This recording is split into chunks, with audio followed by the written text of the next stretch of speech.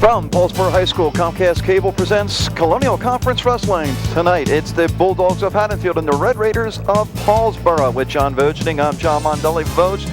Tonight, Paulsboro goes for his 300th consecutive win in the Colonial Conference. A big night or day, since it's an afternoon match. First, let's go to the center of the mat for the coin toss. Right, you guys are here to represent your teams, okay? Let's have a good match. Let's see what Paulsboro chose. These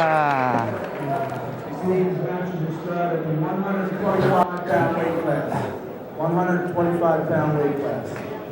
Haddonfield's Homad, okay? Homad, Haddonfield. Haddonfield, Homad, Vogue. Haddonfield is odd. In this match, I don't think it's going to be much of a difference, do you? No, I don't think so. I think there's going to be some shuffling in the middle by Paulsboro a little bit because of the availability of wrestlers, but Haddonfield's a pretty well set lineup all the way through. Haddonfield, of course, comes in today with a chance to make some history. As everyone's well aware of by all the publications going on, Paulsboro has won 299 consecutive colonial wins going into this match. Well, Vogue, at 125, which is where we're starting, we have one of Haddonfield's better wrestlers, John Gregorio, a junior, 14-4, going up against Nico Lopez of Paulsboro. Close quarters, just stay back as far as we can from the mat, okay, guys? John Gregorio, 14-4, as you mentioned, first in the Haddonfield tournament early in the year. Losses to Pat Pope of Allentown, Jose Matos of St. Augustine, Vinny Visiglia of Williamstown, and a wrestler from Tom DeVries. Nico Lopez comes in 18-3 on the year, 89 career wins. First in the district last year, he was outstanding wrestler, third in the region. This year, second in the Brick Memorial Tournament. Looks like Gregorio already lost his contact, picked it up, gave it to the coach as a takedown for Lopez. We've seen Lopez many a time, Vogue, great on his feet. Been very consistent on his feet this year. Where he runs into problems if he wrestles somebody taller than him. And you see he's not afraid to cut somebody loose, and if you cut him loose, you got to take him down.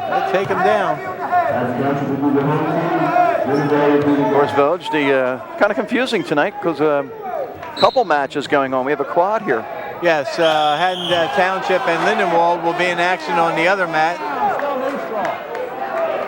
You see Lopez what would appear to be a takedown there, but referee Jim Brennan called him stepping out of bounds before the takedown, so they're still neutral. 2-1 lead, Lopez in on the leg. Had a tough match last night against Clearview. Takes his man down right to his back. Going to get some back points. Back points, yep.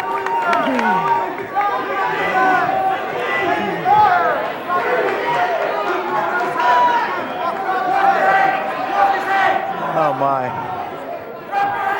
If he walks it towards the head, he's going to have a good chance of getting the fall.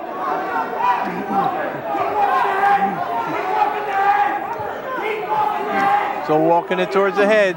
Oh my. Oh, brother. Still plenty of time in the period. We still have 30 seconds. Oh, Lopez got a death grip on.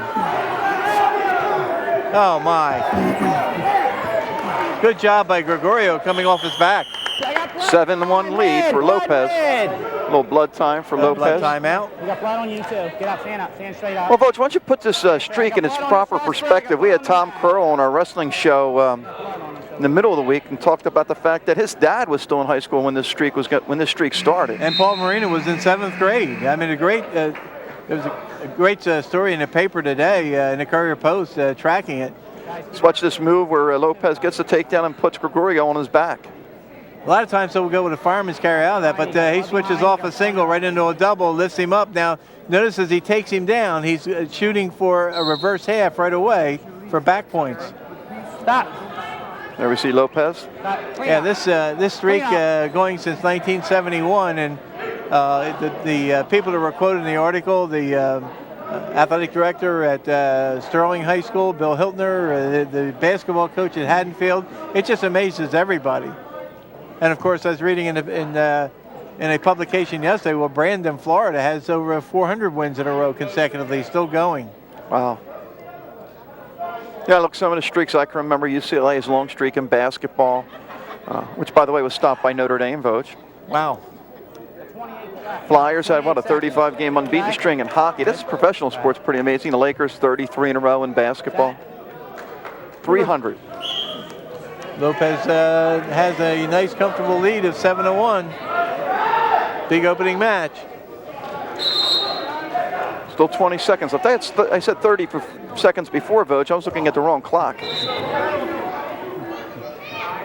Yeah, you gotta remember there are split clocks here today because of the quad, so they're on both ends of the gym.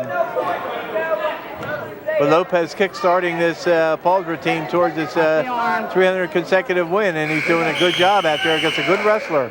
You know, last week, Paulsboro had a couple tough matches, Jackson and Cesar Rodney, but you got to be impressed by the fact that Wurtenberger and Lopez, two guys in 19 and 25, came up pretty big for Paulsboro in those matches. No question. And of course, last night, we're taping on a Saturday, but last night, Paulsboro wrestled Clearview, and the interesting thing about that meet is that Demetrius Hester failed to make weight at heavyweight. Right. Because there is a weight limitation. 285 this year. It was 275. By the way, congratulations to Demetrius. Full ride to Delaware, Voj. Full ride. Football scholarship. Parents are very happy about that. And of course, K.C. Keeler, who used to coach at Rowan University, the head coach now at University of Delaware. 7-1 lead, 125 left, second period. Nico Lopez of Paulsboro in front. First match of the evening. I keep saying evening, Voj. I know it's daytime. This 10 o'clock start's getting to me. Stalemate call. I was going to say they're tangled like pretzels out there, but eventually it ended up in a stalemate. When we get an opportunity in between one of these bouts or during one of these bouts, I have the captain of the 1971 team here at the table with us, so we'll be able to talk to Tyrone Hamilton very shortly. Yeah, we'll try and get him on at the conclusion of this match. Lopez in a little bit of trouble right here, Voj. Yeah, and Gregorio battling to try and get back points. It didn't expose him long enough to get a count. Lopez trying to come out.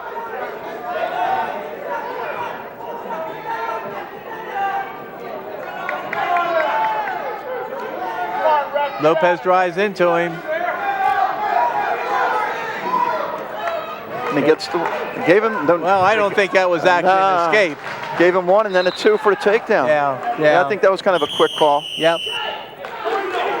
8-3. You're down, Red. 33 seconds to go in this period.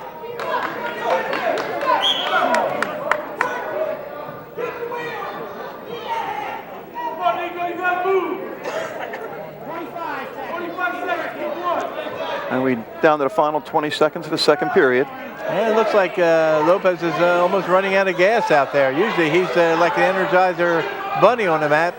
Gregorio's doing a good job now of gaining confidence. And he's going to get back points here.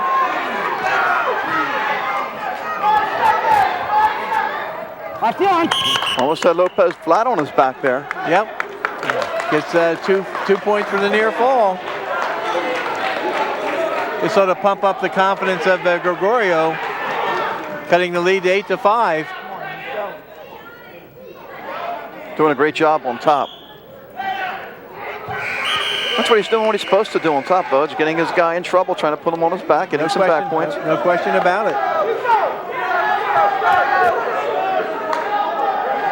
I think Lopez shot a choice, took neutral, which is pretty smart. I would say. That's where he's more confident on his feet, so he's got to go after the takedown here now. Gap has been closed, 8-5.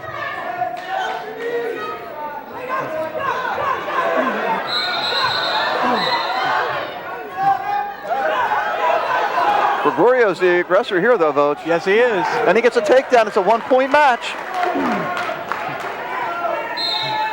No, he's good on top, so it's going to be interesting to see how long he tries to keep him and get some back points or just decides to cut him. Yeah, one or the other. 8-7, 124 left. Lopez started out on fire as we take a look at the brain trust of Paulsboro. Anashevsky, Morina, Duca, Chilla, Morina. Lopez in a little bit of jeopardy here now. Certainly looks like he's running out of gas. Paulsboro prides itself on being in shape to go harder in the third period. start looking for stall calls too. I mean, Lopez is still moving here, but he's got to watch. Now there's a nice move by Lopez. Throws hips over, and he's Nothing very, very close to a reversal. He's got to gain control. Nothing yet. Gregorio has his hands locked around that one leg. Lopez has got to clear that leg. Now he's got the reversal. 10-7 Lopez. Trying to get a near side cradle. Gregorio fighting that off.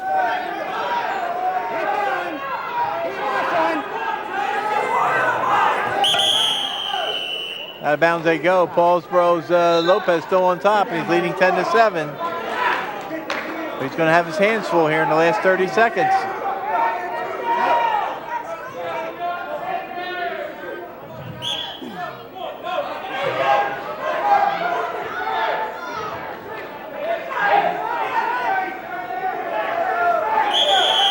Stalemate. Let's go.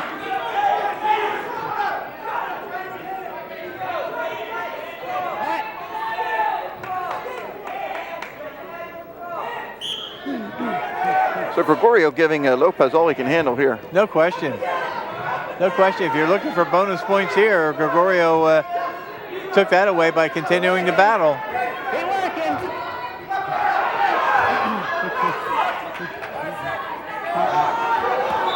Look at the escape, 10-8, 2 seconds left. 1 second.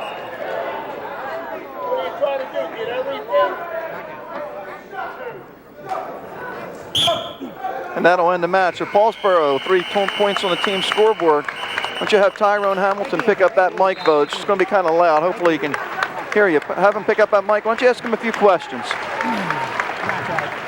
Tyrone, very interesting day today because Paulsboro's on the brink of history of winning 300 consecutive matches, and you were on the team that won match number 1 in this streak, and you were one of the captains on that team. What memories are coming back today? Oh, one of the memories that I can remember is the fact that before that streak started, it was Haddonfield and Haddon Township were the 2 teams that we lost to that year in the conference, and then we started it after that. And it's ironic that we're wrestling Haddonfield and soon to be wrestling, looks like Haddon Township again today. So that's kind of ironic for me. Very much so, alluding to that 1971 year, and that was the year that Paulsboro lost to Haddonfield and Haddon Township prior to the streak starting against Woodbury. That was the last Colonial match that year. Yes, and one of the biggest things I can remember is when we were wrestling Haddonfield. I think we were winning 17-3 or something like that, and I think we ended up losing something like 21-17 or 19, and I remember losing to Haddon Township, and they spotted us 6 points or 5 points back then. Right, because Haddon Township they were 1 wrestler shy that year. And won a championship even though they were putting 1 less out there. The 89-pounder would either wrestle 89 or heavyweight. Exactly. Or set whatever, let's see, he was a 178-pounder. Easy, relax. Okay, 130 pounds. Samuels for Paulsboro, Delvicio for Haddonfield.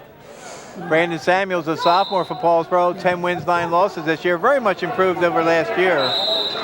Joe Delvicio, a sophomore for Haddonfield, 11-6. So the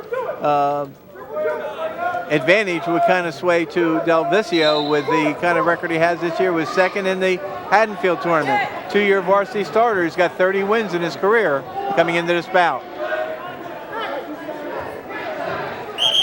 You look back at the lineup from that match on February 6, 1971 that started the streak, and you were the guy that kick-started. In those days, you didn't draw out of a hat. If you were the lightweight, you went first. What kind of pressure did that put on you? I think it put a lot on us, especially because having you there as a coach was enough pressure, and also having Mr. Fredrickson, it was like having to start us off every time.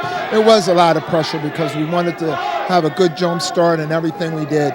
And of course, some of the other wrestlers in that lineup that year, Barry Munyon at 106, Bob Valeri, who went on to become a doctor, I believe, Absolutely. at 115 pounds, Carmen Colinero at 123, Stevie Bergman at 130, Dale Driver at 135, Jack Suter went on to have an illustrious career in the service. Yes, yes, he Fun has. time. 141 pounds. Walt Streets at 148. Henry Countess at 157. Jimmy DeTono at 168. Calvin Patton at 178. And Dale Sizemore Yes. of the Sizemore clan. Dale wrestled first, and then Dean followed in his footsteps. Absolutely. What kind of memories does that bring back, seeing those names? Oh, man, I mean, it seems like it was just yesterday, and I see quite a few of them here today. And it's just illustrious, you know, for everybody to be here, or as many as us that can be here, because like I just said, it just seems like yesterday. It's beautiful. It's hard for me to imagine it's been this long. What kind of an impact? I know you were still in the program when Sam Evangelista was the head coach. Yes. And then Bob Frederick came along. What kind of memories do you have of the new coach that stepped in, who seemingly was coming from the south, but originally he was from 5 miles away in Woodbury? Yeah, well, that was something that none of us knew. But when Mr. Evangelista left, that was a heartbreak for all of us, because we all came up under Mr. Evangelista. And just to see him leave and not knowing the circumstances behind it, we just thought we were going to go on a downhill slide. But when Coach Fredericks, who came here, and I'll tell you, with just him here to help start this win streak and to keep it going with Paul, but just having Coach Fredericks here has been amazing. I don't think we would be this far if it wasn't for him and his philosophy on training, because I'll tell you, he's a great coach, a great person, and a great friend. And of course, the Hamilton name over the years, when I first got out of college and started teaching school, your brother Marvin used to come ride with me every day from Ladslager to the high school when he was in 8th grade to start practicing. And of course, that's one of my earliest memories of how good Marvin Hamilton was. And then of course comes Tyrone and Jeff and the whole clan. Yes. And we still have a Hamilton wrestling today. Your brother Jeff's son, your nephew, Jeff Hamilton, is in the lineup today. Right. Well, listen, congratulations for being part of the team that started the streak. And we're happy to have you here today. Thank you very much. Thank you very much. Okay, Vogt, Brandon Samuels has Delvisio in a little bit of trouble. Picked up a takedown a minute in, was called for locking hands. About 20 seconds later, was 2-1, but now has Delvisio in trouble as the period ends. He'll get some back points, 3 back points, Vogt, and you're right, he has been wrestling pretty good of late. Yes, he has. I mean, much improved over last year, where he only had 1 win, I believe, a year ago. And Brandon has shown what a hard work ethic can do. And of course, it's paying big dividends for him this year. Very interesting that Tyrone Hamilton is here, and we still have a Hamilton in the lineup today. His nephew, Jeff. So many Hamiltons have played a role in the streaks over the years. Paulsboro leads 3-0 on the team scoreboard. Second weight class. Nice interview, by the way, Vogt. I'm going to try and have a couple of those throughout the day. I think we have Joe Duca lined up, Dean Sizemore. Yeah, well, Joe Duca we may not get on to after his son wrestles, and of course his son wrestles 112 pounds. So I'll be cutting it close, but yeah, we'll see, because we're ending at 119. Yes. So Delvisio coming in 11-6, a sophomore. Samuel's a sophomore for Paulsboro. Well, Samuels, like I've mentioned a couple times now, is just so much improved over last year. And, you know, this is just a typical improvement that wrestlers will show if we just got the Paulsboro's fans' ire up because Samuels was called for stalling, and you don't stop the match on when you warn the offensive wrestler for stalling, but the official, Jim Brennan, hit him, I guess, for not getting out to the side and trying to get a legitimate pin attempt. Hey, you got to come out front with that. You're laying back. Do something different. You got to work something different, Dan. You got a warning. You got a warning. You heard the explanation from Jim Brennan. You've got to come out to the side with that. You can't ride parallel. And if that's not going to work, then you've got to go for something else. But the intent on top and what officials look for, and you'll see it called from some officials and not from others. Hardly any stalling calls last night at Clearview, and I saw more stalling in that match than you can imagine. I get a stalling call warning on the bottom wrestler because head on the mat, yeah. Put his head on the mat, and you know, the bottom wrestler has to make the attempt to come up to all fours, get to his feet, has to do something like that. So what Samuels has to do now, he has to start reaching for some kind of a pin combination. And he's going to get out of the period, so he'll have his choice starting the third with a 5-1 lead as we head to the third period. But, you know, it's funny, you're looking over at the other match, and you see Lindenwold and Haddon Township, and one of the assistants over there, talking about great wrestlers, Mark Manchio. He's just walking across the mat right now. Well, he gave us some great shows on Channel 5 when we did the regions. Both have warnings, got to work, guys. Set. We get ready for period number 3. Samuel's on top. Now he's got to be careful, as the official warned them before they started that bout. Both have warnings, so they're going to be under the microscope here to keep working. You see Del Vicio coming out. He's going to get a reversal. 5-3. Now, I was very surprised by the way Lopez seemed to run out of gas in that first match. Now, Samuels is protecting a 2-point lead. He's been hit with a stalling warning, so he has to really explode here and use everything in his repertoire to try and get out. How much of an effect does it, Votes, to wrestle last night and then have to get up first thing in the morning and wrestle? Is that part of it? Or, you know, because I know Paulsboro's wrestled 4 or 5 times in a day already this year. Yeah. But is it different when you're wrestling at night and have to come back first thing in the morning? Well, it is to an extent, because last night these kids probably didn't get home until 10:30. The match was over relatively early because it started at 6:30. But you have that on your mind, and no matter whether you talk about it or don't talk about it, you have it on your mind that you're in a historical type of situation today. Nice move by Samuels, just run out of space. Right. Yeah. I mean, this is number 300 in a row, and even if you don't talk about it, there's just publicity's been out there for this, so everybody's aware of what's at stake. Samuels got to watch the backing up too, and Del Vicio's taking those shots. Yeah. 6-3 lead. They're going to get a possible stalemate call here if they don't improve their positions.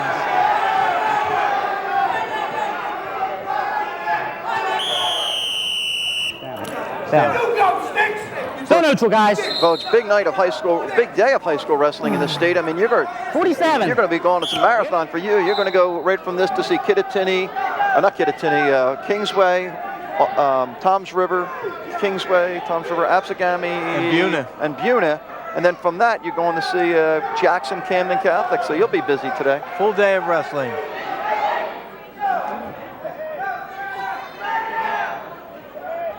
Again, you know, when you look at a journeyman wrestler, so to speak, like Brandon Samuels, got to watch he doesn't get taken down and put on his back also. Just being in the room, if you work hard enough, you're bound to improve. There's a 2-point takedown, makes it a 1-point match. And now he's got to watch that he's got to move on the bottom because he has a warning against him. Yep. 4 seconds, though. He's going to hold on and win. Final score 6-5. Samuels. Paulsboro leads 6-0 after 2 matches. We're going to take a break. We'll be back with more action after this timeout.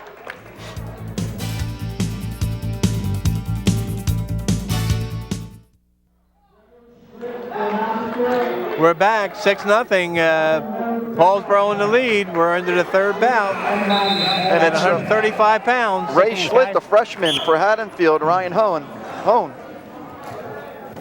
Ryan Hone, a senior from Paulsboro, 10 wins, 9 losses this year, 42 career wins, 4th in the district last year, 7th in the Brick Memorial Tournament. Ray Schlitt, a freshman, as you mentioned, from Haddonfield. The interesting thing here, John, is that his father, Mark, wrestled for Haddonfield and wrestled Paul Morina 3 different times during their careers. It's amazing how this stuff comes around. No question. Ryan Hone with a big takedown to take the early lead.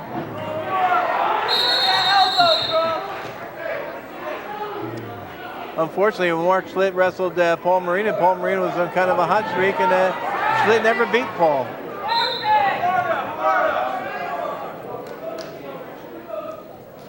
Boy, just a nostalgia plus here in this meet was seeing Mark Manchio on the Lindenwold bench and on the Haddonfield bench, in addition to head coach Chuck Klaus, who was a 2-time district champion for Miller Preston in Haddonfield. You have Kenny Melchior as one of the assistant coaches, and of course he was a long-time head coach at West Deptford. And on the Paulsboro bench, you have Ray Cross, who's one of the few people that beat Mark Manchio in high school. Beat him in a dual meet. There you go, Vogue. First win back February 6th. Paulsboro 39, Woodbury 3. A lot of matches in between. Oh yeah, 35 years. This is, you know, Paulsboro runs the table this year. 36 consecutive years of winning a conference championship. That is just incredible. 30 seconds left. Hone in front, 2-0. Another assistant on the coach for Haddonfield is Brian Boches, who was an assistant at Audubon last year, and a lot of people felt he might be the head coach at Audubon this year, but he's over at Haddonfield as an assistant. Keep working, keep working.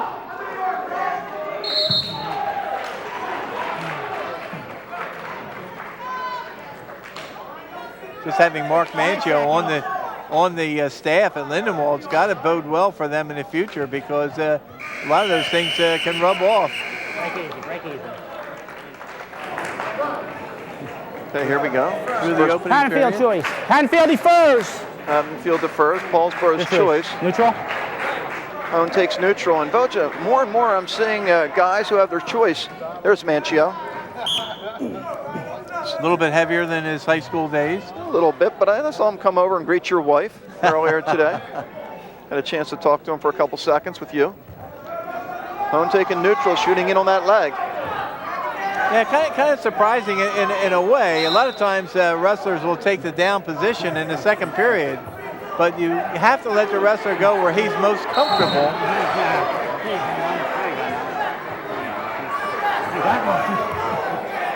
Hone just being very, very persistent in that move. Slid very close to getting a takedown, but Hone battled and got the takedown. What I was going to say, Vogue, more and more you see guys not taking bottom. Yes. Will either take top or standing up, where in years past they've always took the bottom when they had their choice. Always. And generally, if you're losing, you see almost an intentional escape there. Almost every time you see them wrestle, the first points in a match are so big. So if the first points have been scored already, you don't necessarily have to come off the bottom. And Hone feels a lot more comfortable on top against this freshman. Got to remember, it's a senior against a freshman. He gets another takedown, cuts him loose. Neutral, I fixed the headgear. 1 point neutral. And of course, if you cut him loose, you got to take him down. 6-2, 48 seconds left here in the second. 48 guys. almost a 48 circus-like seconds left. atmosphere here today with the stands are filling up. Now you see it backfires on letting the man go. You let the man go intentionally, now you get taken down. So that hurts.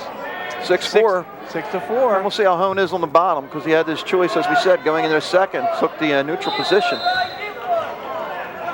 Which means that Haddonfield will have choice in the third period, and if he can close this gap anymore and takes the bottom in the third period and comes off the bottom,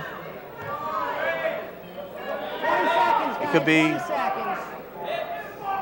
detrimental to what Hone is trying to accomplish. And I'll tell you what, so far we've had two close matches, 10-8 and 6-5, and this one's close. 10 seconds left in the second. 6-4 score in favor of Hone. Set bottom man, top man. Caution on Hone.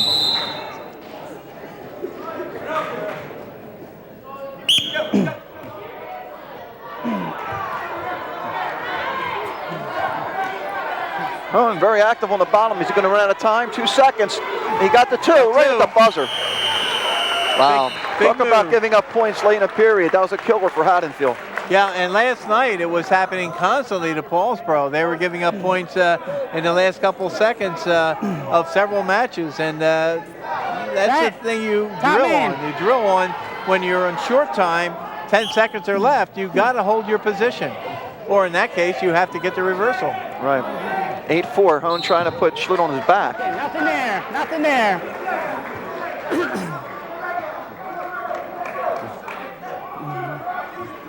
Of course, experienced wrestlers will make moves where sometimes they'll expose their own backs, and if they're experienced enough, that doesn't bother them. See Hone trying to pull the arm between the legs there, keep that wrist control. If he pulls that through and lifts, it should open up a half. If not, he's got to kick to the other side. which he tried to do there. I think he's going to end up getting an escape here, and we do. Yep. 8-5. Schlitt right back in on home. They run out of space. They go back to the center with 1:08 left, third period. Paulsboro leads on the team scoreboard 6-0. And what Hone has to do here, he has to get motion out there and try and set up a good takedown. And he shoots in on that leg.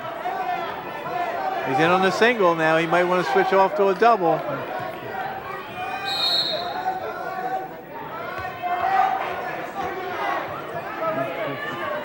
Won't need to. Vogt gets the takedown.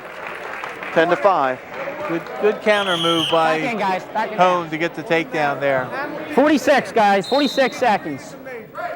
Vogt, I want to remind everybody about our high school wrestling show, the High School Sports Report, the wrestling edition, Tuesdays at 7 and 10 p.m. This week we're going to be talking about a couple tournaments coming up in the next couple weeks, right, with Mike McAleer? Yes, first ever showcase, which will feature outstanding wrestlers from the Colonial Conference against the Tri-County Conference. I'm really looking forward to seeing who's going to be involved in that. By the way, I understand the selection process is a couple of coaches from the Colonial pick the Colonial team, and I think that involves Chuck Klaus, who's here from Haddonfield today, and Ronnie Hamrick from Collingswood. They'll come up with a showcase team to go against the Tri-County Conference, and hopefully when we have Mike McAleer on, he'll have those names for us. Of course, the following week, the Tri-County has their own tournament. So a couple weeks, we have some pretty good matches coming up. We have that match, which is a week from Sunday, and word has it all the Paulsboro kids will be at that match. 8 seconds. There we see Bob Frederick, Mr. Culinera, flanked by Wayne Marshall, who was the mastermind of a lot of those JV wins that Paulsboro had that long JV streak, correct? Yes. Wayne Marshall. Yeah, and left here to go on to Pittman to be the head coach at Pittman, and you know, a staunch producer of great wrestlers, including his own son. Very methodical, big win for Ryan Hone. 10-5 win. Paulsboro now leads 9-0. Come out, guys. My job, Vogt, is to try and listen to the PA announcer to see who these guys are sending out, so I'm going to let you take over for a couple seconds. Okay. As we mentioned, Bob Frederick at Matt's side, who was the fourth coach in the history of the program. Norman Hagen started the program. Ed Pizzuaro succeeded him. Sam Evangelista, who left here and went up to Lenape High School. And when he left, Bob Frederick, who did his high school wrestling at Woodbury High School, hands, guys. came in as the next coach. Who's that, Corwell? Okay, Vogt. Jake Carwile, a sophomore, and Reed. Kurt Reed for Paulsboro, freshman, and a sophomore, a couple young guys. Kurt Reed, a freshman who got a win last night, so he's 3-4. And of course, Jake Corwell, sophomore, is 2-4. So they're pretty evenly matched. I have another guest here that we're going to talk to while this match is going on. Good, Vogt, as we're watching Reed trying to get the takedown early on in this match. And he gets it. 2-0 lead, Paulsboro. Go ahead, Vogt.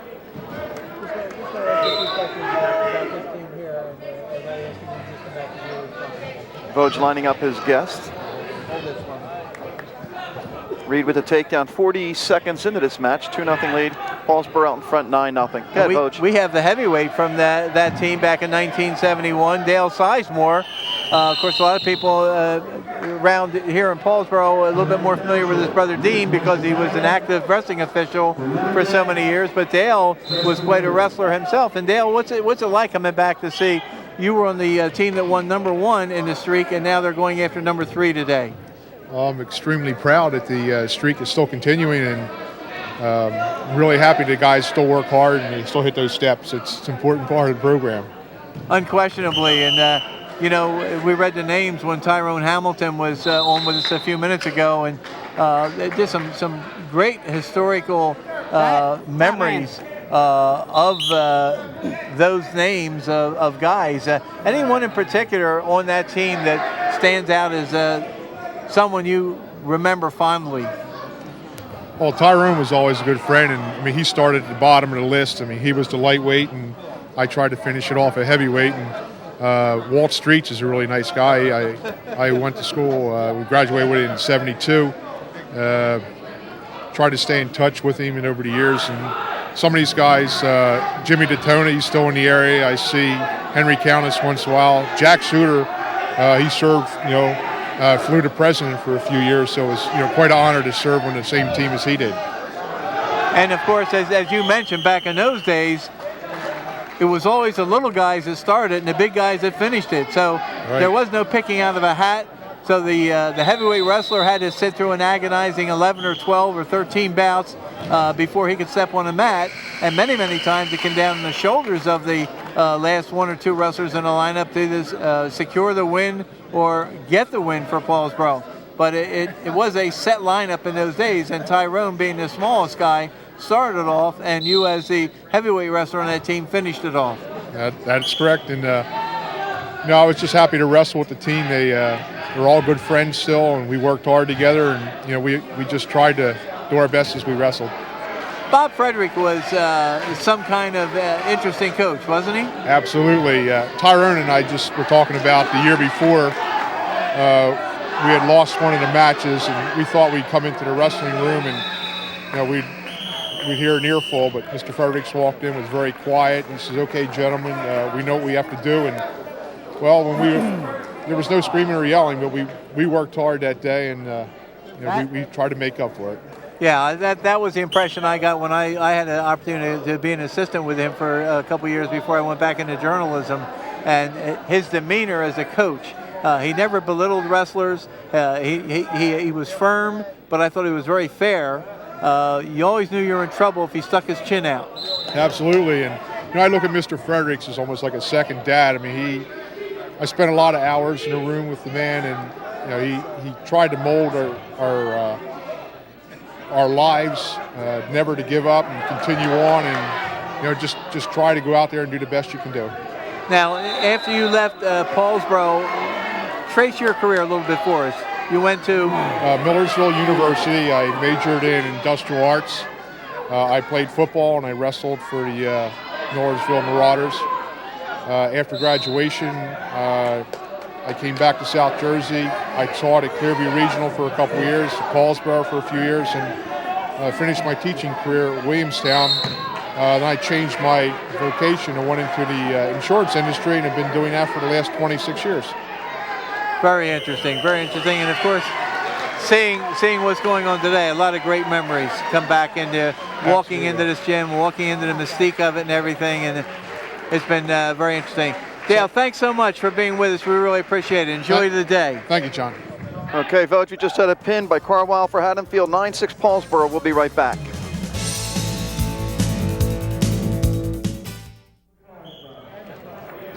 And back to Paulsboro High School. Paulsboro leads 9-6. Gentile and Hessert, vote. Just one definitely favors Haddonfield, but Gentile right in on that leg and gets a quick takedown. He got the 2. Yeah, Gentile is just coming off a little bit of an illness. He's 9-6 on the year, 16 varsity wins in his career. Was third in the Brick Memorial Tournament, and wrestled very well over at Council Rock. A wrestler, I think, with a great sense of wrestling ability. It's just got to keep his nose at the grindstone, I think. His opponent, a formidable one, is senior Andrew Hessert, 15-1 this year. The wrestler was first in the Haddonfield tournament, second in the Holy Cross tournament. His own loss was to Kyle Doniadio of High Point, 8-4. Hessert with 87 career wins walking into this bout. There's the escape, now 2-1. And Hessert going on the attack.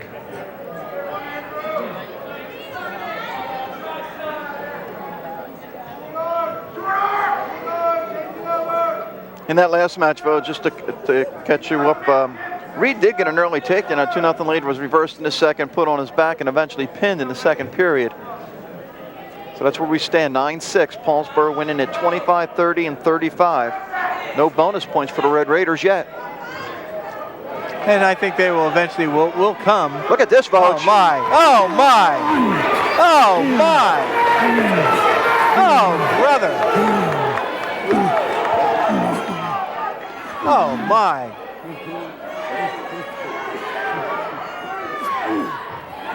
Oh brother!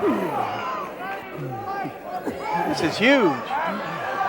Great nice job by Hessert, though. He got out. Yep. But I'll tell you what, this is a major upset so far. 15-1, Still down, 15-1 man. senior going up against the sophomore. Still plenty of time to wrestle, Vogue. We've seen stuff like this happen before. Oh, yeah. 16. 7-1. Gentile's got to be smart. Set. Wrestle his match.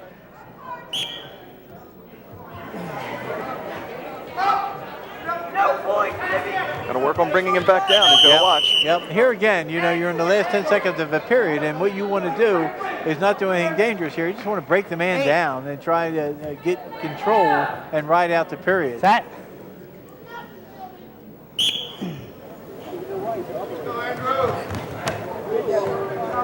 And that's how the period's going to end. 7-1 lead for Gentiles. We go into the second period. By the way, Vogue, I'd like to thank both coaches for getting this stuff for us. Steve Anashevsky is doing a nice job lining up some guests, and we'll take a look at that move here by Gentile. Paulsboro. Yeah, just watch him underhook the arm here. I believe this is the move. He spins around. And he's going to step over. Right here, he's going to step over. And when he does that, he puts Hessard in jeopardy. Comes very, very close to getting the pin. There you go. Hessard on bottom to start the second. Yeah, our thanks to Chuck Klaus for giving us his lineup and all the background on his kids. Set. I was used to see him wrestle at Haddon Township, Vogue, right? Oh, he was a very good wrestler at Haddon Township, twice a district champion. He wrestled for Miller Preston. Hall of Fame coach. Gentile, of course, we talked about the Hamiltons and the lines of Hamiltons at competing over the years for Paulsboro. Gentile's grandfather, Jimmy Gentile, was going to wrestle for Paulsboro as well as his father, Jim. So this is third generation. Third generation or second generation? The third. Okay. Third. I knew you would know those kind of answers.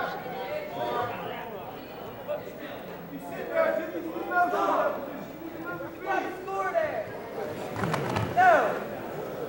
9-2. Yeah, and what Gentile has to be here, he's got to be aware that he has a sizable lead. You see Kenny Melchior, former national champion at Lock Haven. That's the assistant coach, Ken Melchior, right there. Right. Crosses to his right, I believe. A couple over to the right. You want to hand right, we get the head coach. Kenny Melchior was a longtime coach at... Keep going. There we go. There's Chuck Klaus. Right in the center. To the left with the pen in hand. 144, 129 and 1 is career record.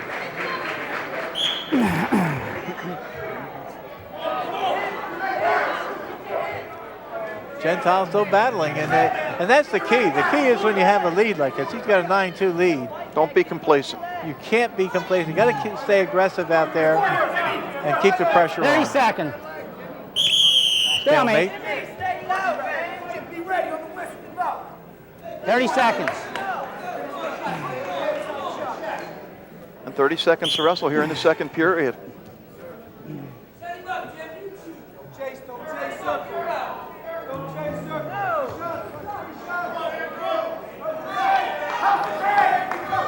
Hessard in on that leg. You don't want to give up a takedown this late in the period. Again, you're in the last 15 seconds, so you want to keep battling, stay aggressive. Might be able to get a stalemate. There you go. 8 seconds, guys. It's scary how you're learning all these terminologies. Vogue, it's being around guys like Steve Anashevsky for all these years taught me all this early on in my career, and you. I was taking a little shot at you, but actually hanging out with Steve when I start doing this stuff was pretty good. Between you and Steve Anashevsky, I don't know if there's anybody that knows more about South Jersey wrestling.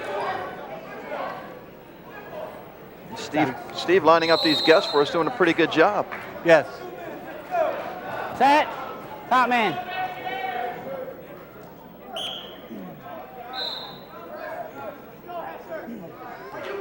There's the escape, 9-3. Again, this is the time to stay aggressive because you have a lead. You don't want to sit on it. Right.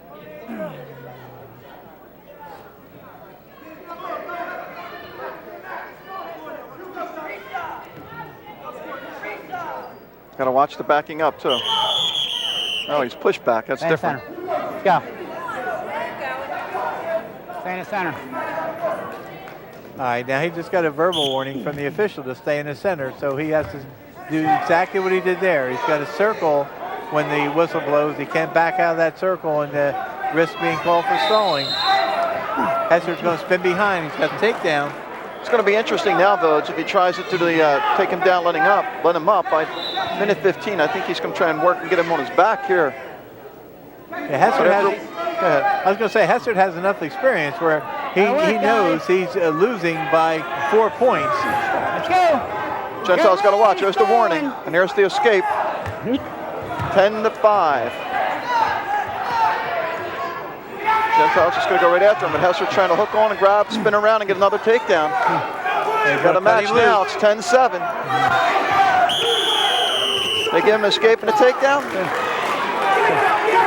11-7. What do we got? 11-7. 11-7. Give him up on the line. Wait for my whistle. Let's go. You're down. Down. What do you got? Your injury time, Ray. Little injury timeout. Said he can't breathe. Said he can't breathe. I thought he said that the official said to him, "You're down," so he must have given that escape and takedown right on the line there. Yep, 11-9. They just changed the score. And you can see that Gentile at this point must be feeling the effects of that week he missed with an illness, because he has not got great stamina right now. Coach, a couple of times I saw some quick escape calls that gave takedowns. You know what I'm saying? Yeah, sometimes? but if there's an escape, there's an escape. You have to call. You know, I watched the Catholic Seneca match the other night, and now see, there's an escape, definitely escape there. Now, if he stays in bounds and gets a man off his bases, Stopping at the line. I didn't which blow is, they're still in bounds. Make sure, but we have clean breaks on the neutrals. Make sure it's a clean break. You gotta face it up here. Let's go. You ready? Got it. Well, Andrew Hesser doing a nice job in his third period, trying to come all the way back from 7-1 down. Yes, and you might have heard a question over there at the bench from Nicky Morina about there should be a clear break. Well, there was separation there. So as a wrestler, you have to protect yourself. You have to know when that man's not in control of you anymore. You have to keep being aggressive out there. Hesser trying to pull out every trick in the book he can. 12-9, and if he goes at Gentile can't back up because it's another stall and a takedown, ties the match. Yeah. This is where he has to continue to be aggressive and try and cross face, spin behind. 20 seconds left. Just try and grab the ankle, step in. Hesser trying to break the grip, spin behind. I think he's going to run out of time. Major upset, Vogue. Major upset. There's a takedown, but he's going to end up 1 point short. And Jimmy Gentile picks up a big 12-11 win for Paulsboro. Huge, huge upset. I guess when they were looking on paper at this one, obviously that was a hand. Everybody was mailing this one into Haddonfield. Good job, guys. Match, guys. 12-6 Paulsboro lead. And, you know, Vogue, you heard a lot of people talking at the Jackson match, if we had Gentile, well, maybe. I wasn't too confident that would have made a difference. Well, I think... But it couldn't have hurt. Yeah. Now, granted, you know, their 35, 40-pounder wasn't there for Jackson either. Right. Shake hands. And I think the big thing in both matches with Jackson and with Cesar Rodney was the fact that Dunnett wasn't available. I don't think it would have ultimately made the entire difference with Dunnett in the lineup, but it would have against Cesar Rodney. Mike Carwile, the senior Vogue, against Hamilton, Jeff Hamilton.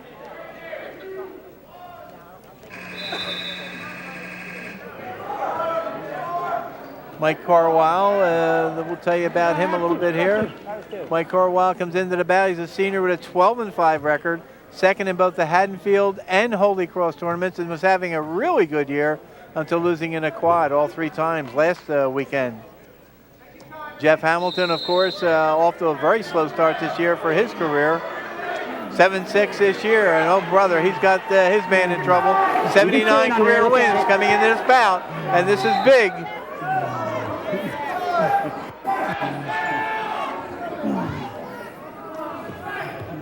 Get somebody that close to the mat, you got to be able to finish him off. Carwile not quitting. Hamilton's got to get his hips out.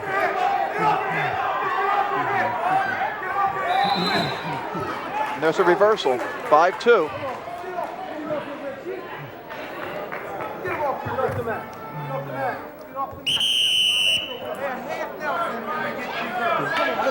Back in, guys.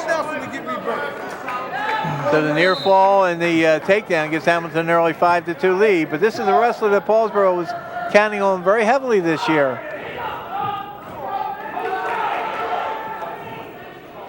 Has had some down moments this year. Top man.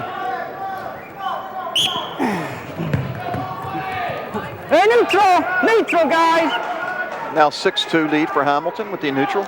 And you saw the speed coming out off the bottom there. That's what Hamilton has been pretty much known for the last 2 years, his speed on the mat, coming off the bottom and getting takedowns. This year on more than one occasion has been rather sluggish in attempting those things.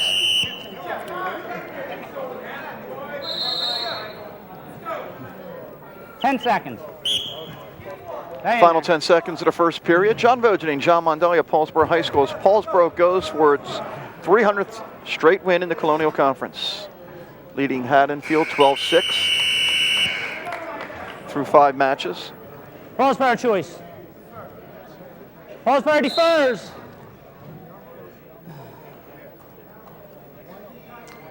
And Vogue, getting back to that last match, what's that got to do for Gentile's confidence? Well, I think it's got to be a shot in the arm. I mean, there's no question he was doing well last year, and he suffered an injury that ended his season prematurely. This year, he was off to a pretty good start. I was very impressed with the way he wrestled in the Council Rock tournament, and I thought he had turned the corner a little bit. Then he became ill, and he missed over a week of practice and matches.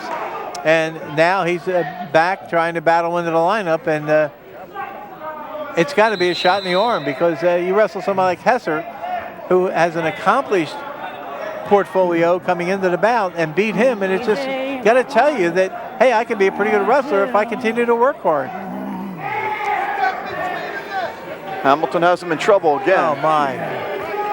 Oh, my. This is where he's got to sink that half deep and go chest to chest.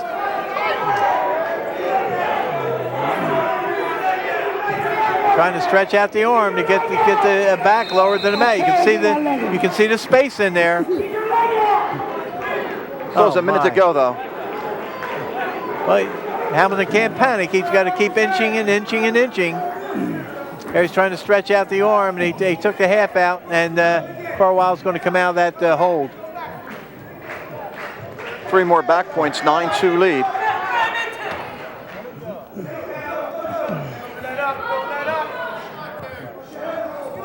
Now they're neutral, and it's 9-3, and this is where Hamilton has to continue to use his expertise out there. Got almost kind of a lateral drop for a takedown. Well, they gave him the takedown, 11-3. Yep. Still right on top. Just couldn't hold him in that position long enough to get a back points call. That.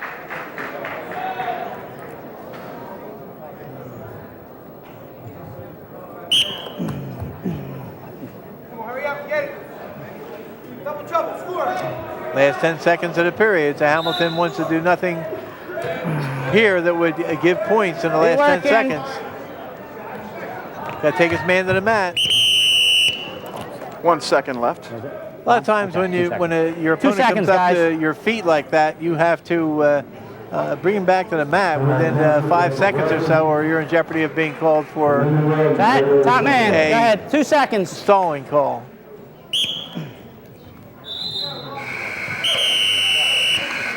We go to the third period, 11-3 lead. First choice. Major decision territory for Hamilton, who's going to take the neutral.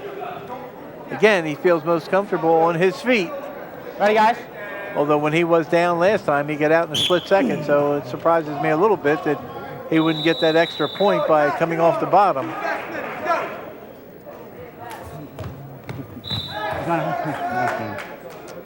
Takedown for Hamilton. Back in. Red stop. Now it's 13-3, 10 points. That is a major decision. Hamilton's had him on his back a couple times. Looks like a Go ahead. freestyle start. Going to cut him loose. You got neutral. They're neutral. Now 13-4. A lot of times wrestlers are find it a little bit easier to take a man right to his back from a neutral position rather than being on top and starting in a referee's position and have to break the man down, set up the pin. And we're starting to get into the meat of the Paulsboro lineup when you get into, you know, Hamilton, Cucinotta, No Greenwald, question. No question. Hodges, Silvestro, Hester. And of course, Haddonfield doesn't have a heavyweight, so there's another 6 points theoretically up on the board already. And what's the update on Eric Dunnenboge? Where are we right now with him at 103? According to his father, when I talked with him about 4 days ago, he has the solid hard cast off. He has the soft cast on. Now he's got a pair of sneakers, so he's starting to exercise the foot, undergo rehabilitation. I would think probably, if you see him before the sectionals, you may not see him until the Phillipsburg match. Okay. But then again, if the rehab goes well and he starts to feel stronger in the ankle, and of course, if he's going to go to 103, he has to get back to that weight class too. He's certified for 103, but if you remember, all his matches this year were at 112. 47, guys. 47 seconds left in the period. It's weird when you see the rankings votes in the Gannett poll and the Story Ledger. They all have him ranked at 103. Top man. Yeah, that's his certified weight, and that's where he wants to go. And you know, now it's just a matter of when you're sidelined like that, you don't have the opportunity to do the workouts you have to do to keep your body lean. Hamilton's got the arm barred. Reaches across, grabs the far shoulder. He'll get back points. Oh my. That's Carwile in a bit trouble, though. Yeah, well, Jeff's just a little bit too far over there. He's got to come back with a solid half Nelson here and go chest to chest. He'll be a point short of a tech fall here, so he's going to try and pin him out. 9 seconds, he won't get it. No. 3 back points makes it 18-4. And that's the way it's going to end. 4 more team points for Paulsboro. 16-6, they lead. Come on, guys. Come on, guys. We'll have a break. We'll take a break. Come right back.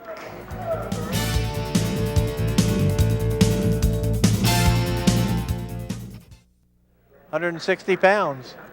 Haggerty, Voge, JT Haggerty, and Mike Cucinotta. JT Haggerty for Haddonfield.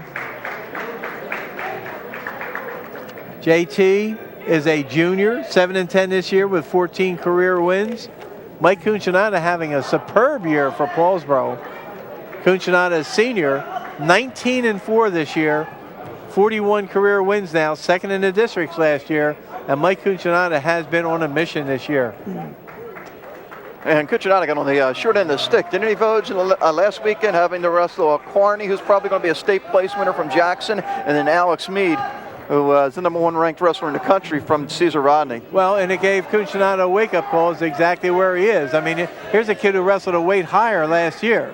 So Cucinotta's made a lot of sacrifices for the team, did a lot of off-season work, and he's having a superb year. See how hard he worked for that takedown and got it. Red top, red top, red top.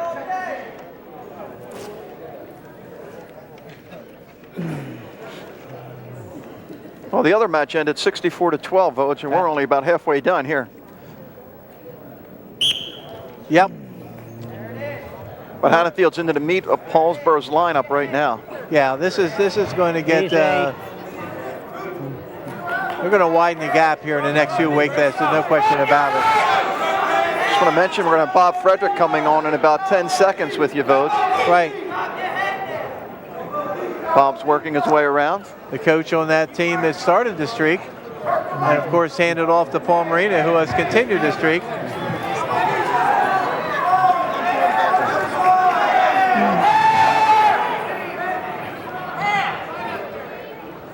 Cucinotta working hard to try and turn his man. Got to give Haggerty credit. We have with us now Bob Frederick, who was the coach of the team that last lost in a Colonial Conference before the streak started. But he also was the coach that got this thing kick-started and has continued all these years. And Bob, you see the lineup in front of you of the guys that were on the team on February the 6th, 1971, that beat Woodbury, your old school, and started the streak. And I just wonder what kind of memories that brings back to you, seeing those kinds of names. Well, first of all, I have to put my glasses on so I can see it. It's interesting because Haddon Township was the last team that we lost to, and they're here today. And they had 11 wrestlers on the team that year. They didn't have a heavyweight, but they still won the Colonial Conference with 11 men. It's interesting to see these names again. Some of the kids you've been in contact with over the years, and others you don't see too often, but for the most part, I've seen a lot of these kids off and on over the years. But it's really something to have something that lasted over 3 decades. It's hard to imagine when it started, but there have been a lot of kids and a lot of sacrifices made through the years to keep this streak intact. And of course, we talked with Tyrone Hamilton earlier, and we talked with Dale Sizemore, and of course that was the beginning and end of your lineup back there. Because they didn't draw out of a hat in those days, so Tyrone was always the first guy out in the mat, and Dale was the guy that mopped up at the end. And both of them had interesting things to say about the streak and about their teammates, and the fact that it really didn't become an overbearing thing in the locker room.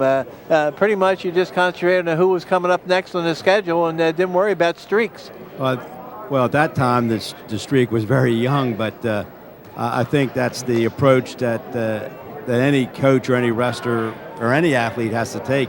You can't worry about what's happened in the past. You just got to worry about the next event. And in wrestling, it's the team you're wrestling right now. So I'm sure that it's been the philosophy that you can't worry about anything except your next opponent, and that's what they've been able to do for quite some time. And of course, I can remember, I believe it was back in 1976. If my memory serves me correctly, my memory could be fading, but you had quite a streak going overall, and you went up to Mount Holly and wrestled Tony Petrillo's Rancuccas Valley team, ended up losing by a point, and I can remember consoling you and saying it would, you just did something that'll never be duplicated, and you turn right around and you broke that streak. So the tradition has been heavy here at Paulsboro, and of course you and then your successor Paul Morina played such a great part in it. Well, Paul has been instrumental in 2 areas. Number one, he was instrumental as a wrestler, and now he's instrumental as a coach. But I guess in Paulsboro, the loss to Rancuccas Valley was known as the St. Valentine's Day Massacre. And it's something that I remember the next practice we had, a lot of the alumni came in and were really upset because the streak was broken. But it's that type of enthusiasm and tradition that has been probably as much instrumental in keeping the streak alive. Mondelli, what are we doing out here? Cuccinotti's dominating Vogue. He's probably going to get a tech fall or a pin right here. He's up 12-0. He's going to get at least 3 back points if he doesn't pin, and he gets the pin, and Paulsboro picks up another 6 points. They lead 22-6. Nice, guys. Another big win for Paulsboro on the mat there, Bob. What do you see difference-wise over the years from the numbers that Paul has available to work with now and the numbers that you had to work with years ago?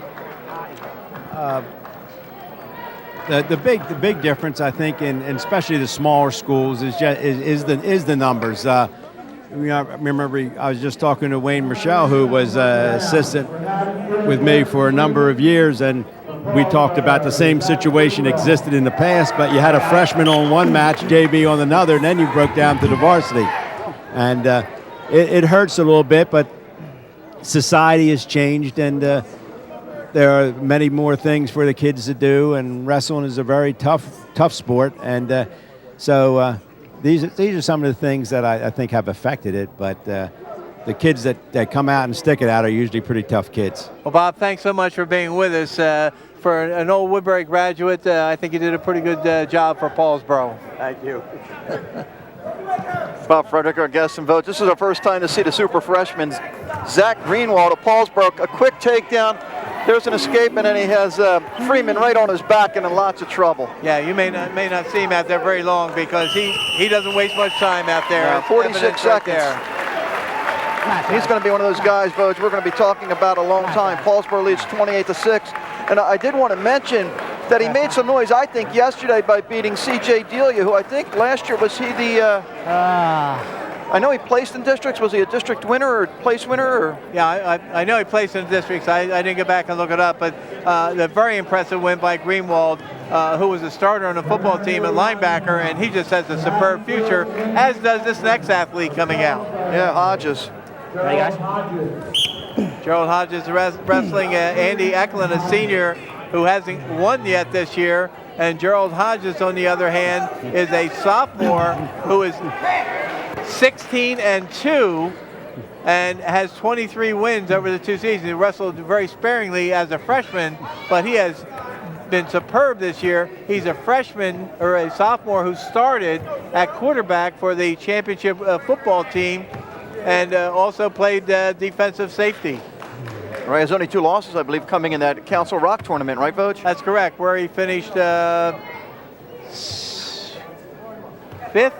I believe he finished 5th in that Council Rock tournament. But, you know, there again, he met some pretty stiff competition there.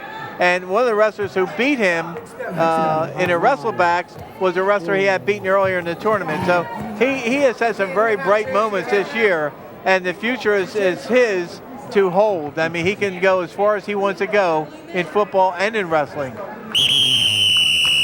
And in football season, we mentioned this throughout the year, Voj, is a guy who came on from the second half of the football season till the end. Well, and I know he's got a couple teams in the Colonial Conference thinking, oh my, we got to look at him for 2 more years. Yeah, I remember seeing him in a scrimmage against Shalleck in the preseason, and there was a battle going on for the quarterback spot at that time. And he was probably one of the most athletic guys who was trying out for that position. And then we remember seeing him against Haddonfield, and Paulsboro lost to Haddonfield in football this year.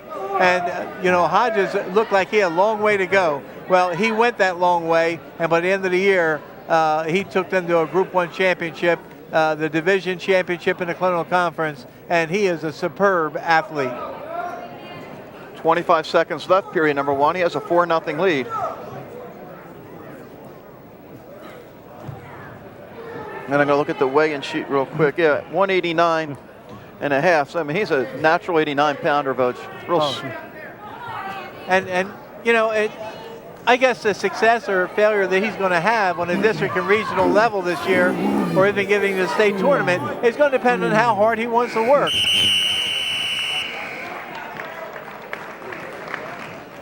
Couple more back points, 6-0 lead after 1. Haddonfield choice. Haddonfield, you defer? Haddonfield defers. Neutral.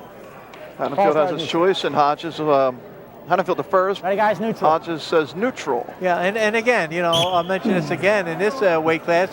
So many times, wrestlers usually will take the bottom position and either go for an escape and then a takedown, or go right for a reversal.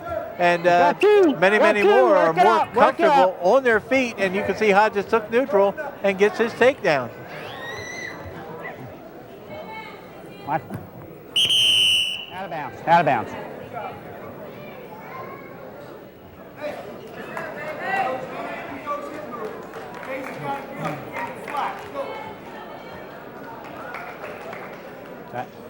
Should be 8-0, right, Voj? If it was 6-0 after the first. If it was 6-0 after the first, it should be 8-0. That's what got me confused looking up at the board up there. Of course, if he pins his opponent, it becomes a moot point.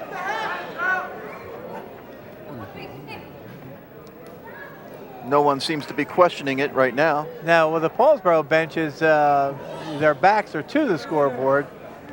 I mean, look, Voj, as we get updates on that win streak, their 50th win in a row came in 1978 with a 46-3 win over Collingswood. And again, some of the names wrestling in that match back then. Eftham Velahas was a 101-pounder. Nikki Berchicelli, who worked with you and on Comcast Channel 5 before. Joe Duca, who's here today, and his son is in the lineup. Bryant Hamilton, Tommy Minix, Jimmy Monahan, Timmy Suter, Dennis Morina, Nikki's brother, Billy Himman, Joe Salvatore, Dave Sebastiani, and Joe Wade. Watch the arm. There was some great names back then. A couple former state champs, right? Wade, Duca. Billy Himon twice second in the state.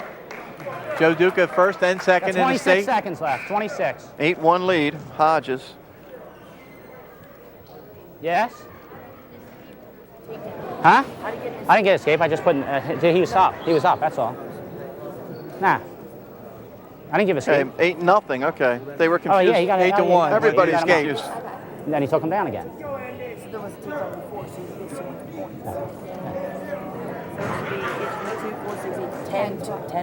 Okay, 10-1. 10-1. So I was right with those 2 missing points, by Yes, the way. you Bud. were. Yes, you were.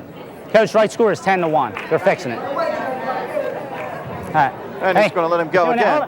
You're doing it, okay? You good? So obviously in the final 25 seconds, you want to, well, not going to let him go. I guess he, Go red. oh, Oh, my. Oh, my. The man on a mission.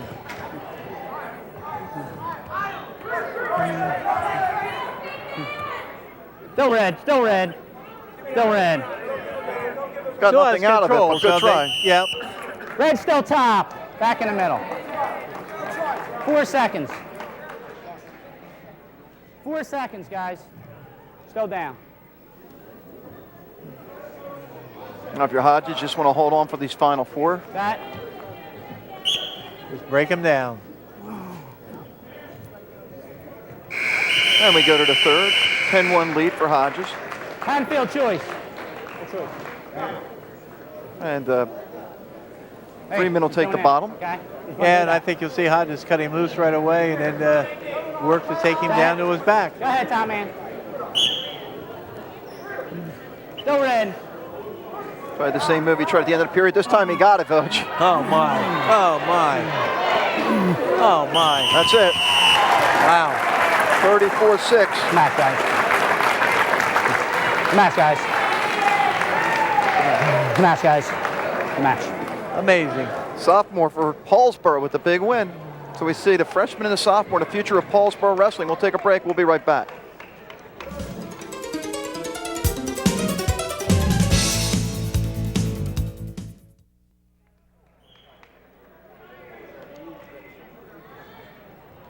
£215. Frazier and Silvestro, and Vogue Silvestro already with the takedown. And Alex Silvestro, an outstanding senior, already committed to go to Rutgers University on a football scholarship.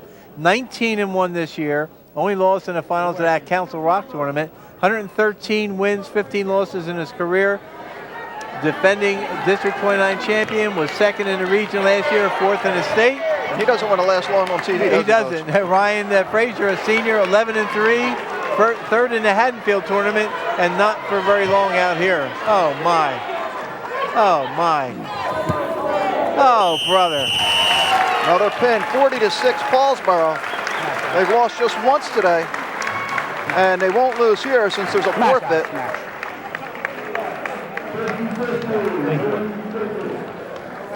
No heavyweight, okay. Paulsboro sends Hester out. No heavyweight. He'll win by forfeit. And like we talked about, Hester just got a full ride to University of Delaware for football, Vogue. University of Delaware, very, very happy. His parents are very happy. Forfeited heavyweight. His brother Ellis is going to Delaware State University, and now Demetrius Hester will be going to the University of Delaware, wrestle and play football for K.C. Keeler, the former Rowan University coach. Former Mickleton resident, Vogue. Say it. Former Mickleton resident. He never wanted to admit to that. Cal Stack at 103 for Haddonfield. Cal Stack, a freshman with 12 wins this year, 12-5, third in the Haddonfield tournament, third in the Holy Cross tournament. He has an advantage over Pat Zoll, the freshman who is 4-9 this year and has struggled at times.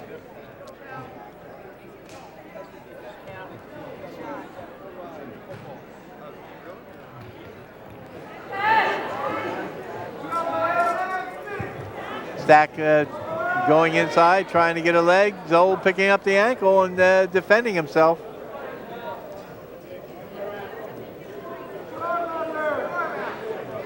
Of course, this is, if Paulsboro has an Achilles heel, this is it. Right now at this weight class, Pat Zoll is struggling this year. This is where Eric Dunnett was projected to be and has not made this weight class yet. Zoll just a freshman. I remember a freshman for Paulsboro Vogue about 5 or 6 years ago, losing record. He ended up placing in the state 2 or 3 times. Smith. You're good. You're good. Keep it straight. You're good. I mean, he was a little light at the time when he came in, if you remember. Dave Smith, right? David Smith, yes. And sometimes you pay your dues, right? Well, that's just what I was going to say. You pay your dues. If you're willing to go out there and work hard in the practice room and do things in the off season that you should do to improve yourself, you can have success. Another kid like that for Paulsboro, Billy Sarasinski. I mean, he took some hits his freshman year too, and he had a nice career. Billy Sarasinski was pummeled early in his career and didn't give up. Didn't give up on himself. Didn't give up on the team. Practiced hard, and became very successful. Stacca's old in some trouble here. Nothing yet. Nothing no yet. back points though.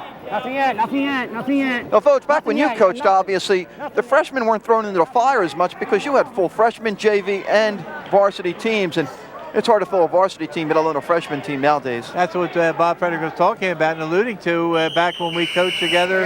He had a full freshman line. The fact is, I was an assistant coach on the JV level to Sam Evangelista. I went to work for the Gloucester County Times. When I came back into the program, Wayne Marshall was the JV assistant. So I came in as a freshman assistant, so I had a complete freshman team to myself. Wayne Marshall had the JV team, which was on its way to setting a national record for consecutive wins, and Bob Frederick the varsity. We were so crowded in the room, we had to send the lightweights out on the steps, the middleweights into the weight room, and the heavyweights in the practice room. We had to rotate. And we talked this now for the last few years. Some of these guys are just thrown in, too early. Yes. And of course, this is the advent of the youth wrestling leagues, which has its good points and bad points. I'm all for learning technique and learning the moves at a young age. I just feel there's an awful lot of pressure being put on the kids, and by the time they become freshmen, if they have had any kind of success and they can't earn their way into the varsity lineup as a freshman, many times they'll leave the program, they'll quit, and sometimes come back, sometimes not. Keep that bar straight. You have to stay with this sport. It's a man's sport. Easy. Stock again working for some back points. He has a 6-0 lead. He's getting a count.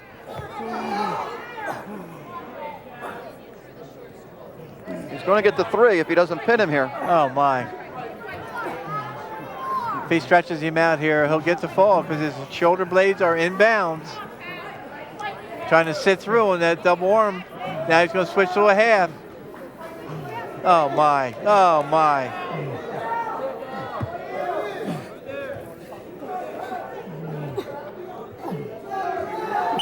There's the pin. 46-12. Both Haddonfield wins coming via the route of the pin. We'll have 112, an interesting match, Vogue. Isaiah Oswald's a pretty good sophomore, 15-4, going against Joe Duca, freshman of Paulsboro, 15-7. And I was just going to say, Joe Duca this year has had a great varsity debut with 15 wins already, 6 in the Brick Memorial Tournament. Oswald 15-4 this year, so same amount of wins, 32 career wins as a sophomore, and 3rd in the Haddonfield Tournament.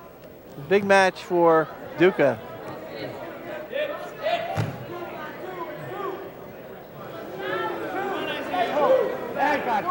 Duca's very aggressive out there on his feet, gets the early takedown.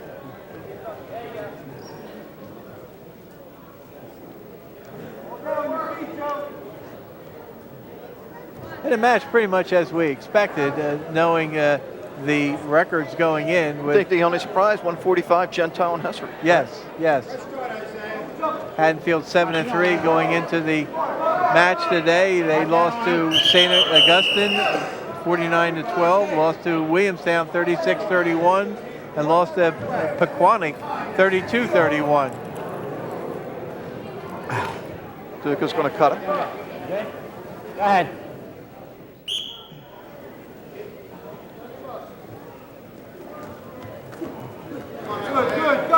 Nice job, Coach. How quick he was getting in on that leg. Can he finish it off? Well, that's it. You got to be able to turn one way and then counter and go the other way. And he's trying to reach through and grab the other leg, and if he does, and if he steps forward, he'll get the takedown.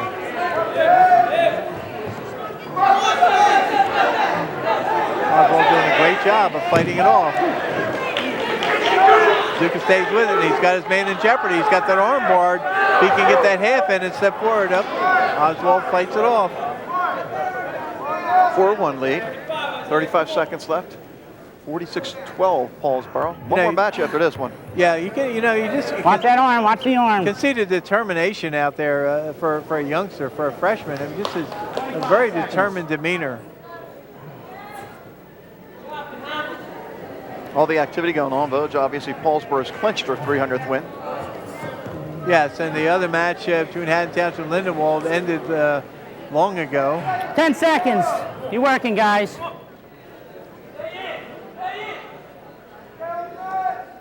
Carmel Morina in the background of that picture there. He was, no, I'm sorry. Looked like Carmel, wasn't Carmel. Haddonfield choice. Haddonfield takes top. Last 6 matches have ended in pin.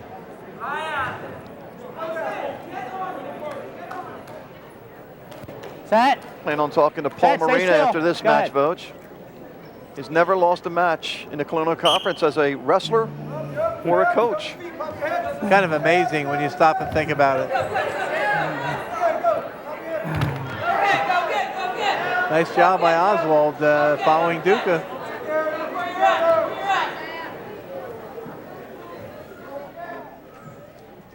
th win came February 4th, 1984. And that was against West Deptford, former sending district for Paulsboro. Interesting names in that lineup. Mark Connick was their 101-pounder. Kevin Nastasi, now a policeman. Channing Good, Alan Buckley, Sam Thorpe, Bobby Brown, Jason Suter, another Suter, Greg Myers, Darren Dubzansky at 157 pounds back then. You know, A lot in of fact, people, the only one that lost that day, he ends up being, what, a state runner-up his junior year. was pinned in that match by Ron Soller. Bryant Trader, Mike Lombardo, Paul Schultz part of that lineup. 4-1 lead, Duca. 1:10 left here in the period. Oswald doing a nice job of countering everything Duca's trying. Duca has to get wrist control, has to get up to the, or now he's trying to throw the hip over. Duca started at what, 119 this year, Voj, then moved down to 112? Yes. Watch that arm.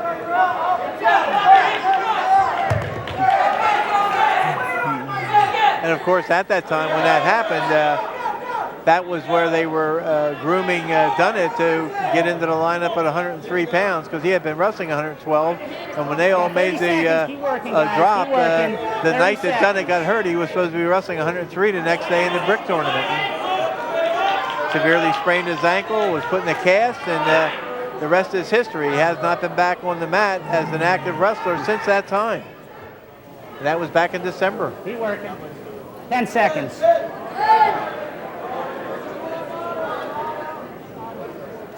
5 seconds. 5 seconds left. 4-1 lead, Duca. And with his hands full here. Break easy, break easy, break easy. Of course, the wrestler's getting a 1-pound weight allowance. Paulsboro wrestling last night. Red takes neutral. Duca's Ready, on the line, choice. ready? He's leading by 4-1 and takes a neutral position. They could not get off the bottom that last period. And if he's going to have any kind of success this year, he's got to be able to come off the bottom. There you see him spin behind and get a takedown for a 6-1 lead. I got injury red. What's the matter? All right. All right. All right, use injury time, so you good? All right, got it. Got it. All right, you good? Got it. I see Duca called for the injury time there because of his mouthpiece, the chin strap, cutting off his breathing. So he had to call for the timeout, and you have to take injury time when that happens. There's the neutral. It's now 6-2. Paulsboro's 150th win came 1990 with a 52-11 win over Gateway. 52-11, as you mentioned. Names in that starting lineup that day were Ernie Maiden at 103, Craig Randolph at 112, Duke DeJoseph at 119, Bobby Adams, John Carroll, Donald Gentile, Matt Suter, another Suter, Robert Davis, Ricky Tucker, Joe Bucco, Barney Schock, Charlie Phones, and Al Cabanas. 1 minute, guys, 1 minute. In the center, ready?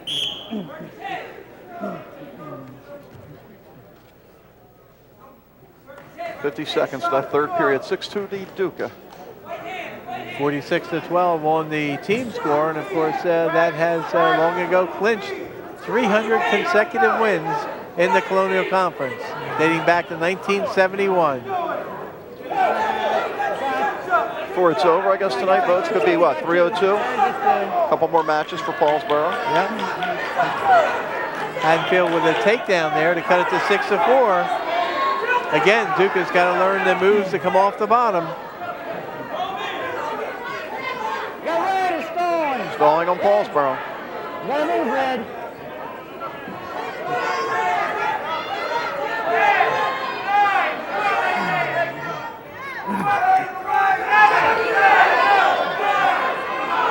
Oswald just going to run out of time. Final score 6-4. Duca wins. It's now 49-12 Paulsboro. Good match, guys. We go to the final match of the evening. Eddie Wurtenberger for Paulsboro, Will Stiefel. Yeah, I got one more. We'll take a break. We'll be right back.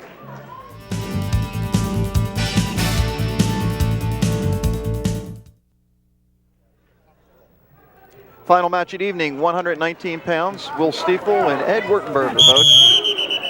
And Close call for the takedown, no takedown. Come on. Will Stiefel, a sophomore, 6-1 this year, so he got a late start on the season, 17 career wins. Eddie Wurtenberger, a senior, 18 wins this year, 18-5, with 96 career wins. Should he wrestle 3 times today and win all 3, he'll be at the 99 win mark. Looking at some of the people from Paulsboro, Lopez with 89 or 90 now. Both of those wrestlers should pick up 100 this season.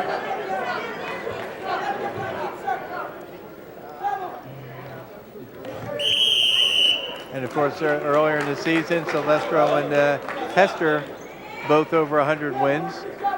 They had a possibility of having 5 wrestlers in a lineup this year with 100 career wins. Now, Hamilton off to a slow start, so he may not realize that. But definitely Wurtenberger right on the doorstep. And Lopez not far behind with 90 wins now in his career. There's the takedown, 2-0 lead Wurtenberger, who's wrestled well lately, Votes. He wrestled very well last night against Clearview when he beat Layton of Clearview, and that was a tough match. He had that tough loss against Fideco, I guess, a couple weeks ago against Delsey, and then came back against Jackson and Cesar Rodney, I think, with wins. Yeah, the match loss to Fideco was an overtime match. And I guess there's a possibility in the showcase that they might meet again. Obviously, I think they'll meet again in the regions.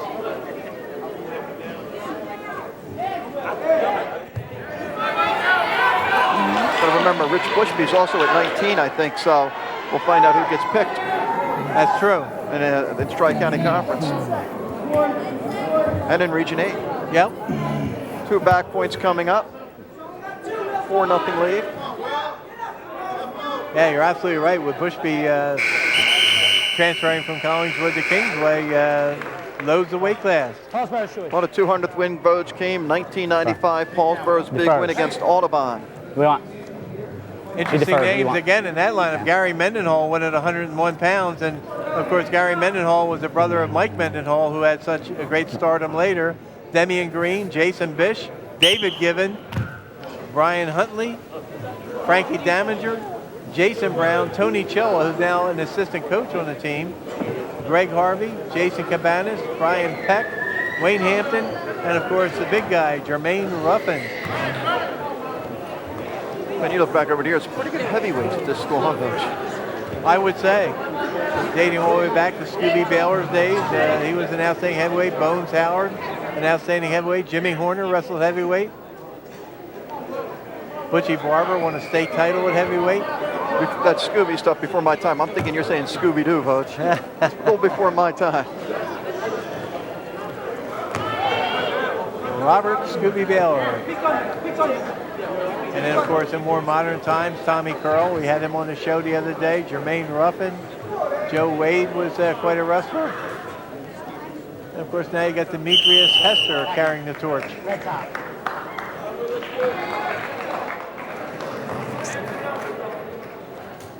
If Eddie Wurtenberger seems like he's been around forever, he has. This is his 4th year starting on the varsity. You know, I think it's funny, Voges, and I was talking to somebody about this at the Cesar Rodney match. I think he started at 125 or 130 as a freshman, and then his junior, senior year, he's wrestling at a lighter weight. Amazing. Yeah, usually when you see guys starting at a heavier weight, they just continue to get heavier year after year.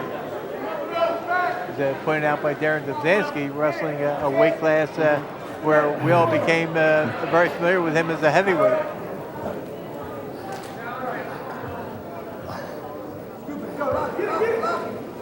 .25 seconds left in the second. It's Wurtenberger, 4-0. Very methodical out there.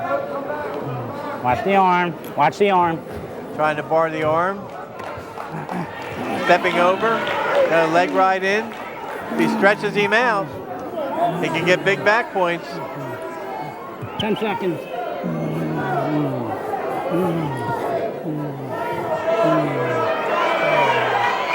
Just going to run out of time, Vogue. 3 back points, 7-0 lead as we head into the third period. Red choice. Top. Red takes top.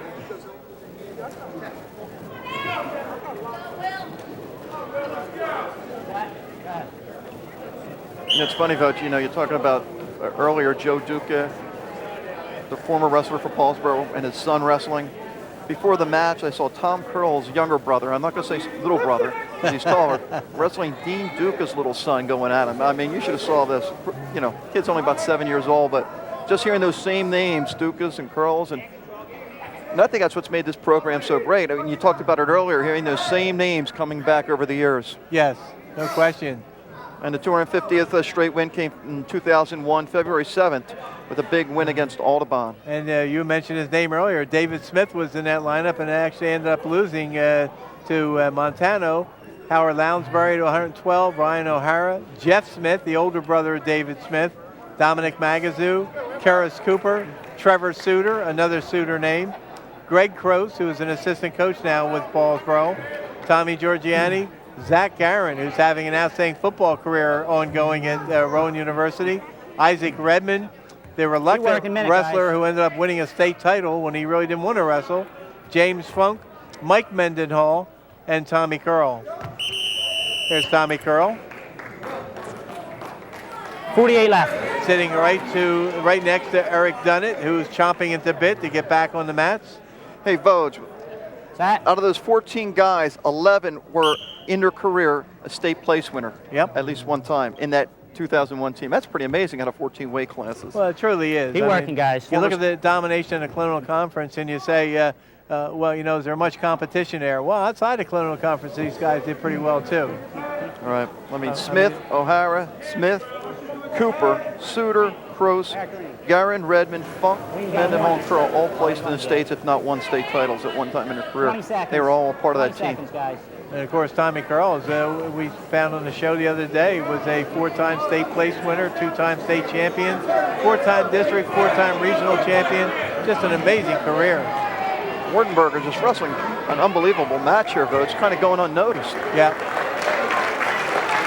Pick up a couple more back points to end the match. No? Never gave it. I guess he didn't get a 2 count. 7-0 win. Final score, Paulsboro 52, Haddonfield 12. The crowd stands and applauds Paulsboro. Not just cheering this team, Boj. I think they're cheering, what, the last 35 years? I don't think there's any question about it. I think it's just been phenomenal and shows a lot of pride, a lot of perseverance, a lot of hard work. We're going to take a break, come back, talk to Paul Morina after this timeout.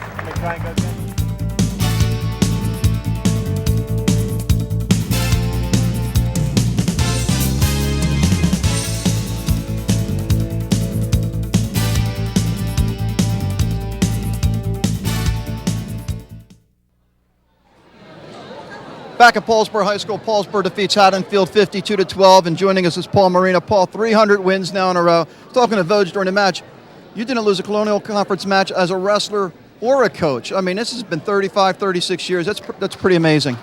Yeah, it's mind-boggling, you know, and you think about it. And as a coach, you really don't think about it as much because you're constantly worried about one match at a time, you know. So, but it's a good tribute to our kids and everybody that came through the program. You know, one thing I was telling Vogue, at the end of the match, I thought it was real great. All the fans got up and stood and clapped. And I think not as much, and not taking anything away from your team, but I think they were really clapping for 35, 36 years of wrestling. Without a doubt. I mean, that's what it's all about, and it's a link of the past that we still have here. Like, people were involved in this program from 1971, 72 because of we got a streak that's continuing. And Vogue, it not only goes back 71, 72, I think this goes back to the Jap Gentiles and the guys in the early days, correct? Oh, I don't think there's any question about it. I mean, wrestling in Paulsboro has been an institution since the 50s, and I can remember even when I was in high school how much pride there was involved in the program, and how these guys, after they graduated, would come back to the room and practice, and were kind of like setting the legacy in motion for what was going to happen in the future. And I think probably one of the best things that ever happened to Paulsboro was bringing Bob Frederick in as a coach. And of course, Paul was a product of Bob Frederick, and now he has kept the program going and going. And the only thing I was imagining is when you were sitting there and the match was pretty much out in hand early. What had to be going through your mind is what you watch those kids wrestle, and the thoughts and the thinking back. Was that actually in your mind as the match was going on? Yeah, I sort of was concentrating on the individual matches early on, but like as we got into the match and started picking up a lead, I just sit back and start thinking about my friends and people who were involved in the streak for a long time. It's really emotional for me, and I got emotional before the match because it's been my whole life, and a lot of people who have helped me along the way is friends of mine that wrestled. And the kids know our whole coaching staff is the same way. We feel very strong about what we're doing here. So, and of course, a very emotional year on top of all that this year, because the guy who took so many pictures of you over all those years passed away. Talking about your dad and Nick Morina's father.